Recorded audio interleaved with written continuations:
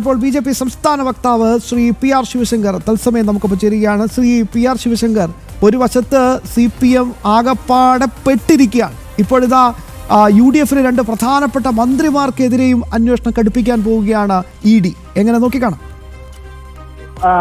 2 തീരുമാനങ്ങളാണ് ഇതിൽ നമ്മൾ കാണേണ്ടത്. ഒന്ന്, ഈ നേരത്തെ ഉണ്ടായിരുന്ന മുഖ്യമന്ത്രിക്കെതിരെ, ഇന്നത്തെ പ്രതിപക്ഷ നേതാവിനെതിരെയുള്ള ആരോപണവും അതിനെ തുടർന്നുള്ള അന്വേഷണവും.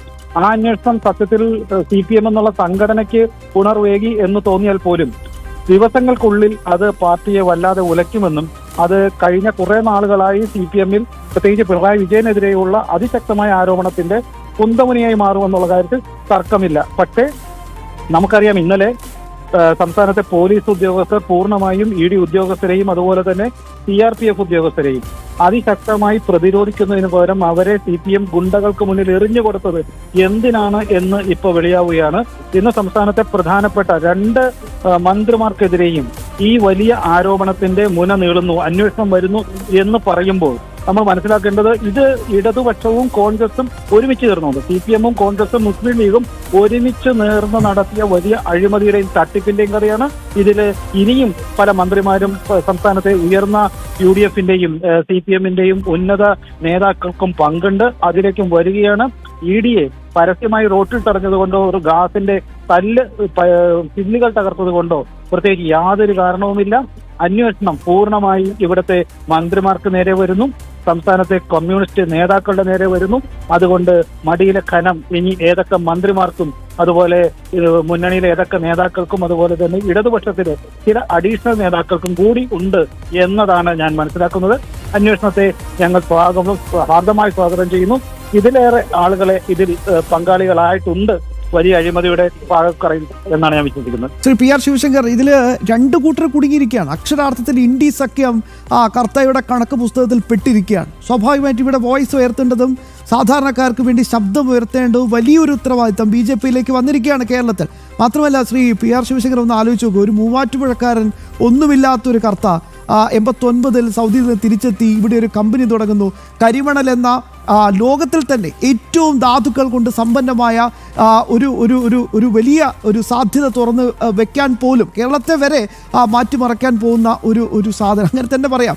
അത് കൊള്ളയടിക്കാൻ വേണ്ടി ഒരാൾക്ക് തീരെഴുതി കൊടുക്കുക, ഒരു അധോലോക നായകന് വേണ്ടി വിടുപണി ചെയ്യുക, ഇടതും വലതും. എത്രത്തോളം ഗൗരവമാണ് ഈ സാഹചര്യം? ഇത് 2 കാര്യങ്ങളാണ് ഇതിൽ വീണ്ടും കാണേണ്ടത്. നമ്മൾ ഈ ഒരു രാഷ്ട്രീയ നേതാവിനെയും വിളിച്ചു വരുത്തി ആരെങ്കിലും കുറെ പണം കൊടുക്കുമെന്ന് ഞാൻ വിശ്വസിക്കുന്നില്ല.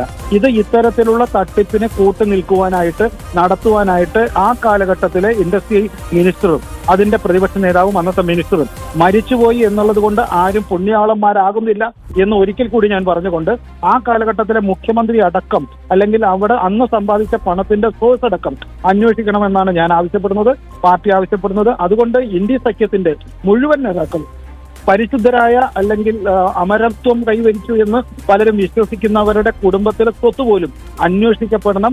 ആ കാലഘട്ടത്തിൽ എങ്ങനെയാണ് കേരളത്തിന്റെ പൊതു സ്വത്ത് ഇത്തരം നികൃഷ്ട ജീവികൾ അടിച്ചു മാറ്റിയത്, അവരുടെ കുടുംബത്തിന് അതെങ്ങനെ ഗുണകരമായത് എന്നുള്ളതിന്റെ അന്വേഷണം വന്നാൽ ഇന്ന് ഭരണത്തിലിരിക്കുന്ന പല നേതാക്കളും മന്ത്രിമാരും അതുപോലെ തന്നെ മുൻ മുഖ്യമന്ത്രിമാരും അതുപോലത്തെ ഇന്നത്തെ പ്രതിപക്ഷ നേതാവും അടക്കം എല്ലാവരുടെയും സമ്പത്തിലേക്ക് വരും.